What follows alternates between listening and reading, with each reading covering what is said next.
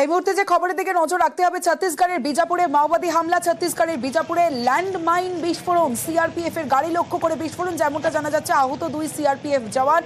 আরো আপডেট দেবে রাজু, রয়েছে আমার সঙ্গে। রাজু, দেখো, প্রথমত বলে রাখি, ছত্তিশগড়ের বিজাপুরের গোড়ারানলা কাছে জাতীয় সড়কের ওপর সিআরপিএফ এর গাড়ি যখন টহল দিয়ে ফিরছিল তখন সেই গাড়িকে লক্ষ্য করে ল্যান্ডমাইন বিস্ফোরণ, এবং তারপরেই এই ল্যান্ডমাইন পরেই এলোপাথারি গুলি চালায় মাওবাদীরা। আর সেই এলোপাথারি গুলিতে ইতিমধ্যে আহত হয়েছে 2 জন সিআরপিএফ জওয়ান।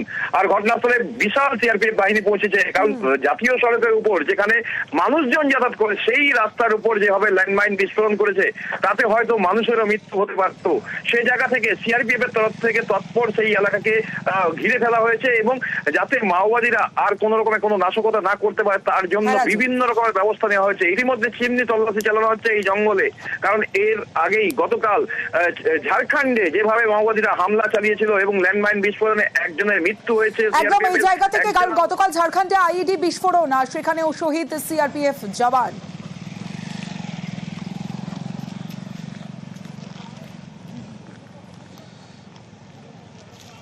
যেমনটা আপনাদের জানাচ্ছিলাম, ঝাড়খণ্ডে আইইডি বিস্ফোরণ, আর সেই বিস্ফোরণেও শহীদ সিআরপিএফ জওয়ান। গতকালের ঘটনা, 193 নম্বর ব্যাটালিয়নে কর্মরত ছিলেন সুনীল মণ্ডল, বাড়ি পশ্চিম মেদিনীপুরের গোয়ালতোড়ে। গতকাল ঝাড়খণ্ডে আইইডি বিস্ফোরণে শহীদ হন সুনীল। খবর পেয়ে কান্নায় ভেঙে পড়েছে নিহত জওয়ানের পরিবার।